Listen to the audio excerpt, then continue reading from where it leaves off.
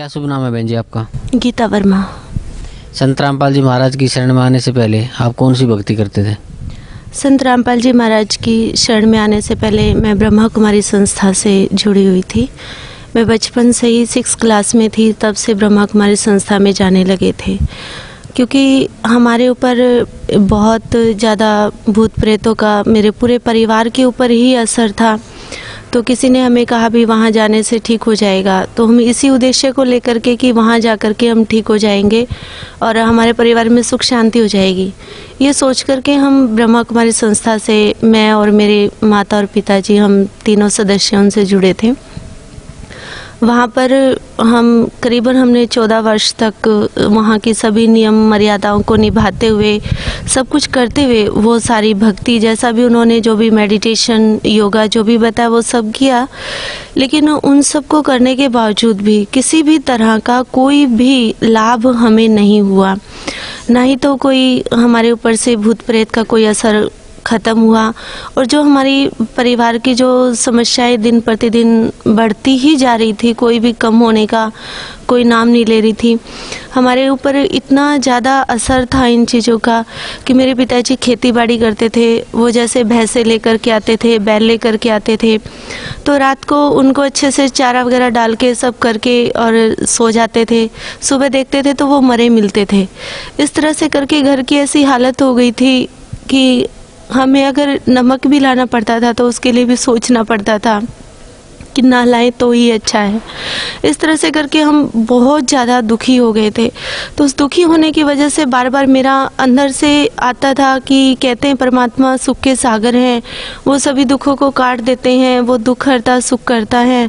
लेकिन ये क्या हो रहा है, क्यों हमारे दुख नहीं कट रहे, क्यों हमें सुख शांति नहीं मिल रही, क्यों हमारी समस्याएं हल नहीं हो रही। बहुत ज़्यादा हमारी समस्याएं बढ़ती जा रही थी। तो उस भक्ति से हमें किसी भी तरह का कोई भी लाभ प्राप्त नहीं हुआ।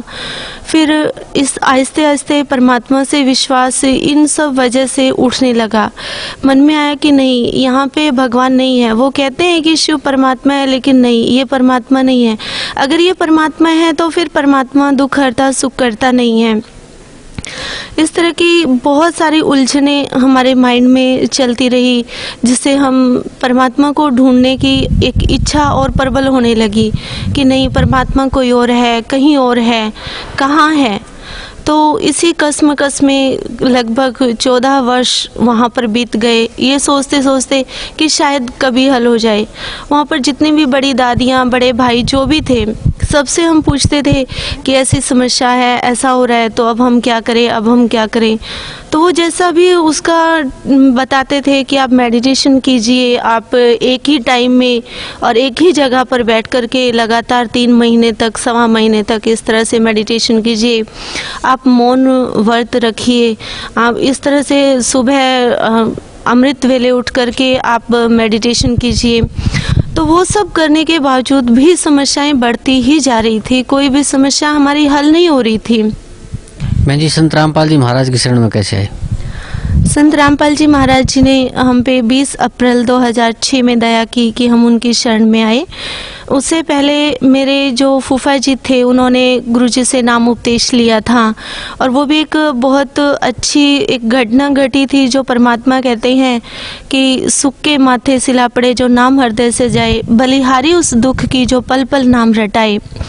तो मेरे फूफा जी जो थे वो एक अर्जी निवास थे, उनसे अचानक से कोई गलत रजिस्ट्री किसी ने करवा ली थी, तो जिसकी वजह से उनके ऊपर 6 महीने की सज़ा और 1 लाख रुपए का जुर्माना हो गया था।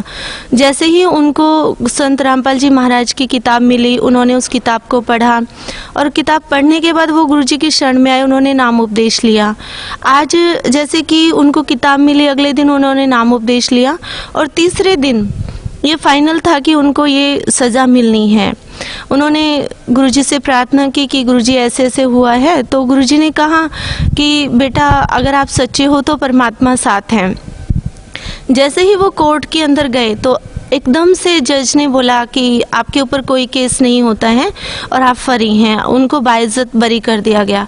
इस बात से हमारी हालत जो घर की बहुत ज़्यादा ख़राब हो रखी थी, तो मेरे पिताजी, उनके पास, मेरे फूफा जी के पास सोनीपत में सब्जी की दुकान उन्होंने की थी। तो फिर फूफा जी ने उनको बताया कि ऐसे ऐसे मेरे ऊपर समस्या आई थी, गुरुजी की दया से ठीक हो गई है, तो आप भी नाम उपदेश ले लीजिए। तो मेरे पिताजी ने सोचा कि ठीक है, बाकी सब जगह भक्ति और देवी देवताओं की करके और ब्रह्मा कुमारी संस्था में भी इतने वर्षों तक रह करके सब देख लिया, लेकिन किसी चीज़ से कोई लाभ नहीं हो रहा, तो यहाँ भी देख लेते हैं। तो पिताजी ने नाम उपदेश ले लिया। जैसे ही मेरे पिताजी ने नाम उपदेश लिया, परमात्मा बंदी छोड़ सद्गुरु रामपाल जी महाराज की इतनी दया हुई कि उनके शरीर में भी और उनके मन में भी इतनी एकदम शांति और इतना उजाला सा उन्होंने फील किया कि जैसे एक मुर्दे के अंदर जाना चाहती हैं। उसके बाद उन्होंने मेरे माताजी को नाम उपदेश लेने के लिए कहा, तो माताजी ने भी नाम उपदेश ले लिया। फिर उन्होंने मुझे कहा, जब भी मैं कभी घर पे मिलने के लिए आती थी माता पिता से, तो वो हमेशा मुझे गुरुजी के बारे में बताते थे कि आप एक बार चलकर देखिए, आप वहाँ से नाम उपदेश ले लीजिए। तो मैं पिताजी की किसी भी बात को एक्सेप्ट नहीं करती थी। मैं कहती थी नहीं, मुझे गुरुओं के चक्कर में नहीं पड़ना है, मैं ठीक हूँ। लेकिन मैं अंदर से सेटिस्फाई भी नहीं थी अपने रास्ते से, अपने उस संस्था में ज्वाइन करने से, वहाँ से भी मैं सेटिस्फाई नहीं थी। लेकिन मैं जैसे गुरुओं के बारे में सुना था, बहुत कुछ कभी नेगेटिव कभी पॉजिटिव सुनते रहते थे, तो उसकी वजह से मेरा विश्वास नहीं था गुरुओं पे। तो मैंने कहा था मुझे गुरुओं के चक्कर में नहीं पड़ना। तो एक दिन परमात्मा की रज़ा हुई कि मेरे माता पिता अचानक से वो अपने काम के लिए खेत में गए, तो वहाँ पर गुरुजी की जो संत रामपाल जी महाराज अमृत जल देते हैं, तो वो अमृत जल की बोतल उनके मंदिर में रखी हुई थी। उस अमृत जल की बोतल को देख करके मेरी इच्छा हुई कि मैं इसको पी लूँ, तो मैंने उसे पिया। मेरे ऊपर जो भूत प्रेतों का असर था, उसको पीने से मेरे को बहुत शांति और बहुत रिलैक्स महसूस हुआ। फिर मैं गुरुजी की जो तस्वीर थी वो गोदी में लेकर के बैठ गई और मैं बहुत रोई। मैं इसलिए रोई कि परमात्मा को पाने के लिए मैं इतने वर्षों से भटक रही हूँ।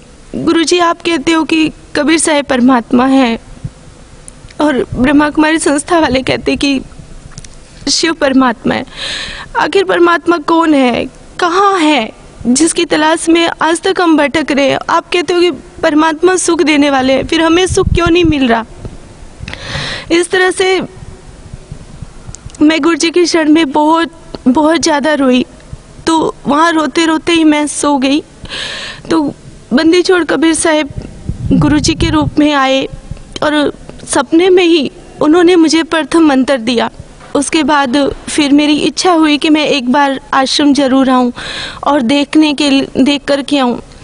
तो उससे पहले मैंने गुरुजी को 2 पत्र भी लिखे थे, जिसके अंदर मैंने बहुत कुछ लिखा था, और मैंने अपनी माताजी को भी कहा था कि गुरुजी क्या जवाब देंगे, आप पूछ करके आना।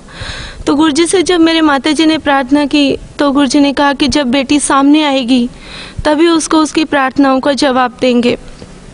तो इस उद्देश्य को लेकर के कि मैं गुरुजी से जो मैंने प्रार्थना की है उसका क्या वो जवाब देते हैं, वो लेने के लिए भी मैं मात्र देखने के लिए क्रोथा आश्रम के अंदर आई थी। जैसे ही मैं आश्रम के अंदर आई, मैंने आश्रम के अंदर प्रवेश किया, तो एकदम से मुझे ऐसे लगा जैसे ये सब कुछ मैंने पहले से ही देख रखा है। यहाँ जितने भी भाई बहनें हैं सबको मैं पहले से ही जानती हूँ, और मैंने नाम उपदेश ले लिया। नाम उपदेश लेने के बाद जब गुरुजी के पास मैं दर्शनार्थ गई, तो उस समय भूत प्रेतों के असर की वजह से मैं इतना ज़्यादा परेशान हो रही थी, मुझे बहुत रोना आ रहा था, बहुत घबराहट हो रही थी, बहुत मेरे को ये हो रहा था बस भाग ले तू यहाँ से, जैसे कहीं तू फंस गई है। तो फिर बहनों ने बोला भी गुरुजी आ गए हैं, नाम उपदेश ले लीजिए। नाम उपदेश लेने के लिए गई।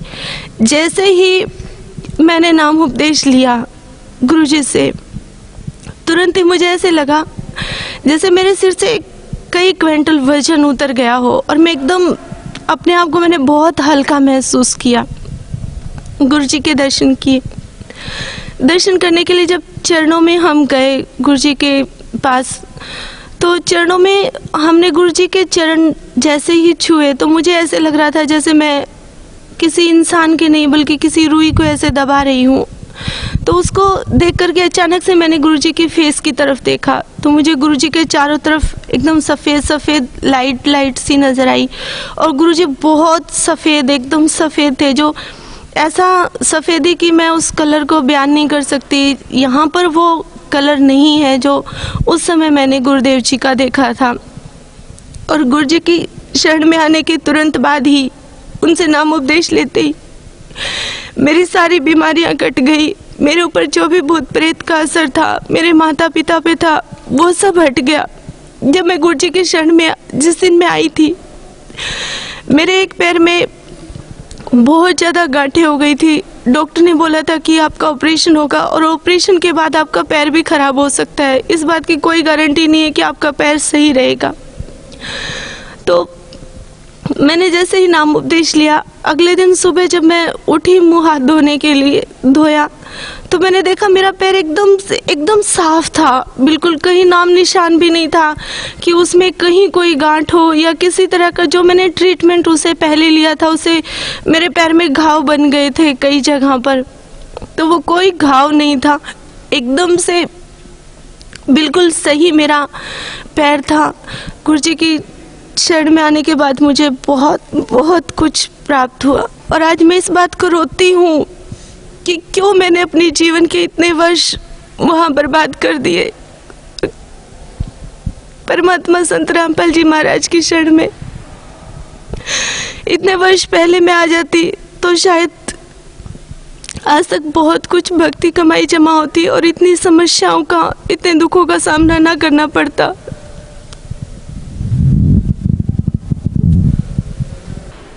लेकिन अब मेरे पास कोई शब्द नहीं है कि जिसके लिए मैं परमात्मा का शुक्र कर सकूं, बंदी छोड़ सतगुरु रामपाल जी महाराज का, कि उन्होंने इतनी बड़ी दया, इतनी असीम कृपा हम पे की कि जो अपने श्री चरणों में ले लिया। गुरु जी की शरण में आने के बाद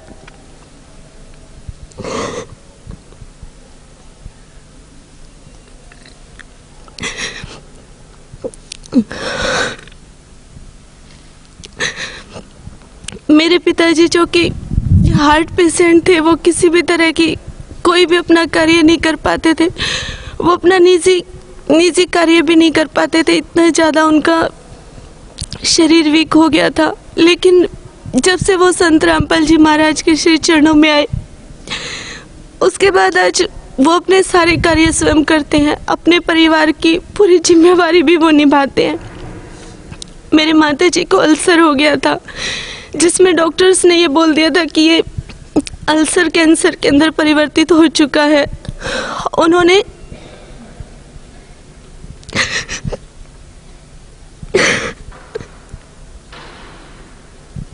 जो भी टेस्ट किए थे उन सब से उन्होंने कहा कि 99% आपको कैंसर है।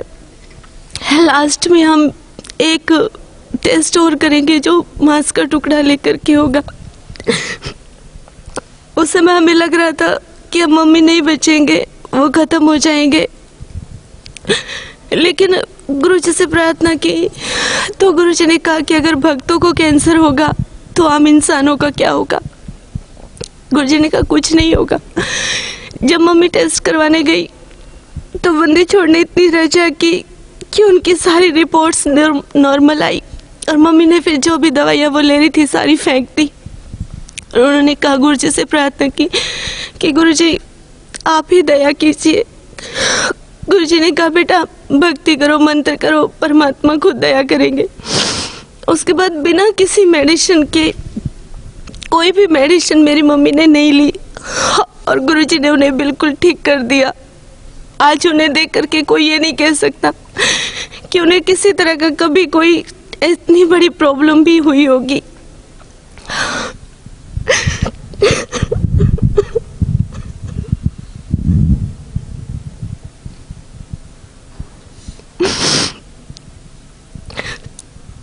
बहन जी, आप ब्रह्म कुमारी पंथ से पहले जुड़ी हुई थी, तो वहाँ पे आपको क्या भक्ति दी जाती थी?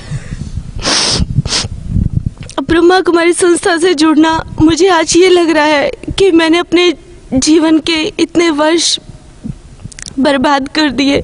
वहाँ पर मैंने अपना जीवन ही एक प्रकार से सब कुछ खत्म हो गया था। वहाँ पर बताया जाता है कि परमात्मा निराकार है, आप एक आत्मा है। इस सृष्टि चक्र 5000 वर्ष का है और परमात्मा जो है वो शिव है। लेकिन उन सब बातों को कई बार मैं सोचती थी, जैसे हेडक्वार्टर माउंट आबू जाते थे तो वहाँ पर गुलजार दादी जी के तन में शिव परमात्मा, जैसा कि वो बताते हैं परमात्मा, लेकिन आज तो गुरु जी की शरण में आने के बाद सच्चाई का पता चल गया कि वो मात्र एक प्रेत आत्मा है, कोई भगवान नहीं है, कोई भगत नहीं, कोई संत भी नहीं है। वो उनके तन में आते थे तो मैं सोचती थी कि जब परमात्मा निराकार है तो वो इनके तन में कैसे आ रहे हैं। वो इस शरीर में तो इस तरह से तो भूत प्रेत आते होते हैं, लेकिन उस समय कोई और रास्ता भी नहीं था, कोई सच्चाई का कहीं कुछ मिलने का कोई आसार भी नहीं था। इसलिए उसी बात को ही सच मान करके उसी आधार से चलते जा रहे थे। लेकिन गुरु जी की शरण में आने के बाद, परमात्मा से जुड़ने के बाद सारी सच्चाई का पता चला कि परमात्मा निराकार नहीं, वो साकार है, वो शय शरीर है और उनका नाम कबीर है। वो परमात्मा सतलोक के वासी हैं, जो हम सब आत्माओं को वाक्य में ही आकर के सुख देते हैं, हमारे सभी दुखों को मिटाते हैं। मेरे परिवार पर जो परमात्मा ने रजा बख्शी है, जब से हम संत रामपाल जी महाराज की शरण में आए हैं, तो तब से इस बात का एहसास हुआ है कि वाकई में परमात्मा क्या होता है, भक्ति क्या होती है, भगवान क्या होता है। उससे पहले ये शब्द सुने थे कि भक्ति होती है, भगवान होता है, लेकिन वो क्या होता है, कैसा होता है, वो संत रामपाल जी महाराज के श्री चरणों में आने के बाद ही पता चला। बहन जी, जो ब्रह्म कुमारी में जो मुरली बताते हैं, वो मुरली क्या होती है? मुरली वो होते 4 पेज होते हैं, जिसमें जब गुलजार दादी के तन में वो प्रेत आत्मा, वो उनका शिव बाबा, वो भगवान जिसे वो परमात्मा मानते हैं, वो आते हैं तो वो प्रवचन देते हैं 1.5-2 घंटे का, 3 घंटे का। तो वो प्रवचन रिकॉर्ड किया जाता है और उस रिकॉर्डिंग उसके अंदर टेप किया जाता है, लिखा जाता है। तो उसको लिख करके ही जितने भी ब्रह्मा कुमारी संस्था के जितने भी सेंटर हैं, जितने भी उनके आश्रम हैं, सभी आश्रमों पर भेजी जाती है। उसी को ही वो मुरली बोलते हैं। वाकई में मुरली तो संत रामपाल जी महाराज के जो सत्संग है, जो वचन है, वो वाकई में मुरली है। क्योंकि मुरली माना मधुर वचन, जो हमारे जीवन में कुछ चेंज लाए, जो हमारे दुखों को ख़त्म करे, जो हमें जीवन दान दे। तो वो मुरली, वाकई में जो मुरली है वो संत रामपाल जी महाराज के प्रवचन है, ना कि वो। बहन जी, आज भी जो लोग ब्रह्म कुमारी से जुड़े हुए हैं, तो उन लोगों को आप क्या कहना चाहते हैं? मेरी ब्रह्मा कुमारी संस्था से जुड़े हुए सभी भाई बहनों से हाथ जोड़ कर के प्रार्थना है कि आप सभी एजुकेटेड हैं, इंटेलिजेंट हैं, आप सब ने परमात्मा की खातिर अपना घर परिवार, अपने भाई बहनें सभी छोड़े हैं, आप समर्पित हैं भगवान की खातिर। तो एक बार, सिर्फ एक बार आप संत रामपाल जी महाराज जी द्वारा बनाई गई बुक ज्ञान गंगा, या फिर उनका जो साधना चैनल पर जी जागरण पर जो सत्संग आता है, वो आप अवश्य सुनिए। कहीं ऐसा ना हो कि कल आप मेरे की तरह रोए कि हमने इतने वर्ष अपने जीवन के बर्बाद कर दिए। क्योंकि सभी ब्रह्मा कुमारी संस्था के भाई बहनों से मेरी रिक्वेस्ट है कि थोड़ा सोच कर देखिए, वो दादी जो कि head of the department Brahma Kumari संस्था की थी, प्रकाशमणि दादी जी, जो 9 वर्ष की परमात्मा की खातिर समर्पित हो गई थी। उन्होंने कितनी तपस्या, कितना सहन किया, कितना सब कुछ किया, उसके बावजूद उनका अंत क्या हुआ? उनका अंत हुआ कि वो ब्रेन ट्यूमर से उनकी मृत्यु हुई। 2 महीने वो कोमा में रह करके, हॉस्पिटल में रह करके उनकी मृत्यु हुई है। वो दादी जिनको आप कहते हैं गुलजार दादी, जिनके तन में परमात्मा आते हैं, आपकी भाषा में, मेरी भाषा में नहीं, क्योंकि मुझे तो संत रामपाल जी महाराज के श्री चरणों में आने के बाद पता चल गया कि परमात्मा कौन है, कहाँ है और कैसे हैं। गुलजार दादी जिनके तन में वो प्रेत आत्मा आती है, आज उनके हर साल कैंसर के ऑपरेशन होते हैं, उनका भी शरीर स्वस्थ नहीं है। जगदीश भाई, जिन्होंने पूरा ब्रह्मा कुमारी संस्था के अंदर जितना भी लिटरेचर है, सारा लिटरेचर उन्होंने लिखा है। तो वो लिखने वाले का भी अंत हॉस्पिटल में ही हुआ। तो आपकी इतनी बड़ी हस्तियों का, जिन्हें आप हस्ती मानते हैं, उनका ये हाल हुआ है तो आपका क्या होगा। इसलिए आपसे प्रार्थना है, हाथ जोड़ करके मेरी निवेदन है कि आप अपने जीवन को बर्बाद मत कीजिए। ये जीवन बहुत अनमोल है, क्योंकि परमात्मा की वाणी है कि ये मनुष्य जन्म बार बार नहीं मिलता है, ये एक ही बार मिलता है, जिसमें और आज वो समय है जिसमें परमात्मा ने बहुत बड़ी रजा बख्श रखी है कि आज मनुष्य जीवन भी है। पूर्ण संत भी, जो परमात्मा कबीर साहब के अवतार हैं, वो भी धरती पर अवतरित है और ये भक्ति युग चल रहा है। तो इस युग में, इस समय में परमात्मा को पहचान करके, इनके ज्ञान को सुन करके एक बार अपने माइंड पर जोर दीजिए, सच और झूठ का फैसला कीजिए और उसके बाद अपने जीवन को आप खुद सही राह दीजिए। मेरी आपसे रिक्वेस्ट है कि बहाव में मत बहिए। बहाव में बह जाना कोई इंसान का कर्म नहीं होता है, क्योंकि परमात्मा ने हमें माइंड दिया है, वो सोचने के लिए ही दिया है। तो उस भावना में ना बह करके आप ज्ञान को, उस ज्ञान को आप सुनते आ रहे हैं इतने वर्षों तक। आप संत रामपाल जी महाराज के, मेरे पूर्ण परमात्मा कबीर साहब के ज्ञान को भी आप एक बार सुनिए और स्वयं आप इस बात का फैसला कर लेंगे कि आज तक जितने भी वर्ष आपने ब्रह्मा कुमारी संस्था में लगाए हैं, वो सारे वर्ष, वो जीवन आपने अपना बर्बाद कर दिया। और अब भी वक्त है, अभी संत रामपाल जी महाराज की शरण में आकर के अपने जीवन को सफल कर लीजिए। और आपके जीवन का जो मेन उद्देश्य है, जिसको लेकर के आप समर्पित हुए हैं, भगवान को पाना, तो वाक्य में परमात्मा को आप संत रामपाल जी महाराज के श्री चरणों में आने के बाद ही पा सकते हैं, और कहीं पर भी। ब्रह्मा कुमारी संस्था तो क्या, दुनिया के किसी भी कोने में, किसी भी भक्त, महंत, संत, किसी के भी श्री चरणों में कहीं पर भी आप परमात्मा को नहीं पा सकते हैं। ये 100% गारंटी है कि परमात्मा को अगर आपने पाना है, अपने जीवन को सफल करना है, मोक्ष अगर आपको चाहिए, तो केवल और केवल संत रामपाल जी महाराज के श्री चरणों में ही है। इसलिए आप अपने जीवन को बर्बाद मत कीजिए। इस ज्ञान को एक बार सुन करके अपने जीवन को सफल कीजिए, क्योंकि इस समय इस सृष्टि पर केवल एक संत रामपाल जी महाराज ही हैं जो 6 शास्त्र, सभी 18 पुराण, वेद ग्रंथ, सभी पर आधारित ज्ञान देते हैं। वो संसार की लोक कथाओं के आधार पर ज्ञान नहीं देते हैं। गुरुजी की जो भी किताबें हैं, जो भी सत्संग वो आप करते हैं, उन सबको आप देखिए, सभी वेद शास्त्रों को गुरुजी ने खोल करके प्रत्यक्ष हम सबको दिखाया हुआ है। तो जो परमात्मा है, संत रामपाल जी महाराज वाकई में ही पूर्ण परमात्मा है, पूर्ण संत हैं। तो इन्हीं की शरण में आपको मोक्ष प्राप्त होगा। और पूर्ण संत ही पूर्ण परमात्मा की, पूर्ण ब्रह्म की निशानी होती है। इसलिए परमात्मा की वाणी है, मम संत मुझे जान, मेरा ही स्वरूपम।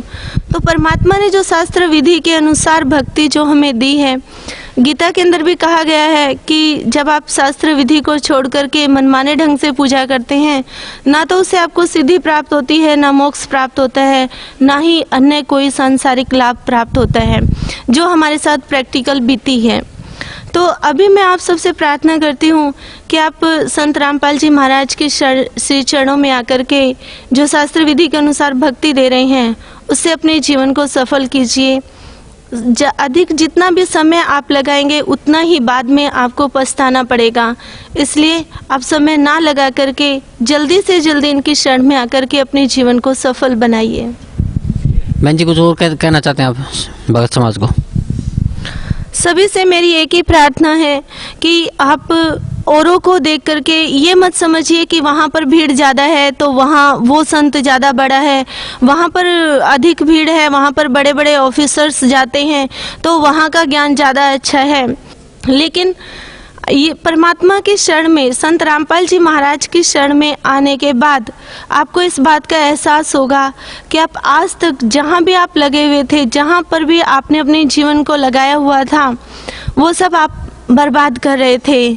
और सॉलिड ज्ञान जो 100% सच है, संत रामपाल जी महाराज ने जो हमें ज्ञान दे रखा है, उसमें कहीं कोई भी चूक नहीं है।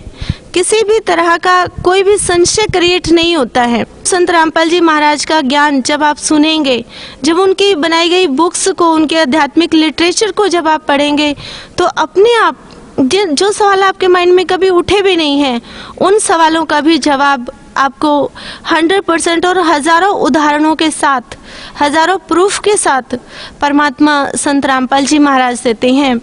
तो उसे आप सुनिए, देखिए, समझिए, और परमात्मा ने आपको माइंड दिया है, उस माइंड का आप इस्तेमाल कीजिए, अपने जीवन को सफल कीजिए। धन्यवाद बहन जी, आपका बहुत बहुत धन्यवाद।